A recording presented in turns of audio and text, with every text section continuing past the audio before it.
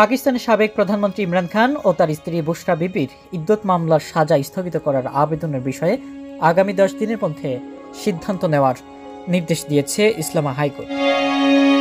বৃহস্পতিবার জেলা জজ আদালতকে সংশ্লিষ্ট আবেদনের সিদ্ধান্ত জানানোর সময়সীমা বেঁধে দেওয়া হয়। এছাড়া জেলা জজ আদালতকে আগামী 1 মাসের মধ্যে ইদ্যত মামলার পূর্ণাঙ্গ রায় ঘোষণার নির্দেশনা দিয়েছেন উচ্চ আদালত।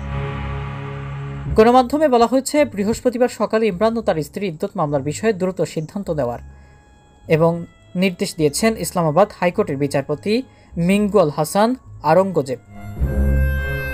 এর আগে জেলা ও দায়রা জজের আদালতের রায় ঘোষণার আবেদন জানিয়ে সংশ্লিষ্ট মামলায় আপিলের শুনানির জন্য উচ্চ আদালতে আবেদন করেন তেহরিক ইনসাফ পার্টির প্রতিষ্ঠাতা ইমরান খান।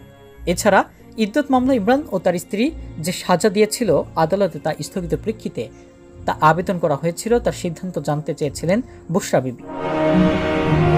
ইমরান ও বুশরার আবেদনের প্রেক্ষিতে জেলা জজ আদালতকে সময় নির্ধারণ করে দিয়েছে ইসলামাবাদ হাইকোর্ট।